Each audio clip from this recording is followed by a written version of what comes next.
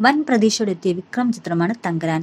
ഞെട്ടിക്കുന്ന പ്രകടനമാണ് നടൻ വിക്രം ചിത്രത്തിൽ നടത്തിയതെന്നാണ് റിപ്പോർട്ടുകൾ സൂചിപ്പിക്കുന്നത്.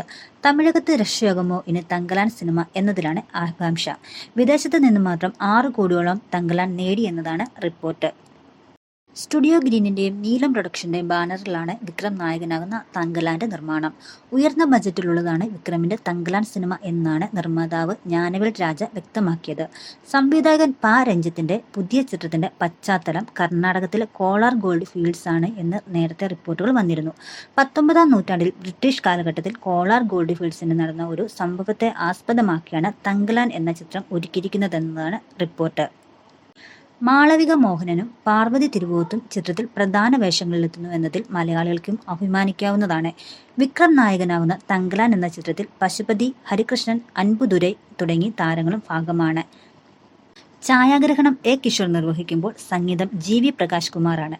ചിയാൻ വിക്രം നായകനാകുന്ന 61ാമത്തെ ചിത്രം കൂടിയാണ് തങ്കലാൻ. SS മൂർത്തിയാണ് ചിത്രത്തിന്റെ കല നിർവഹിച്ചിരിക്കുന്നത്. തമിഴ്നാട്ടിൽ മാത്രം തങ്കലാൻ 11.7 കോടി രൂപ റിലീസിന് നേടിയിരിക്കുന്നുവെന്നാണ് സൂചന കിട്ടിയിട്ടുള്ളത്.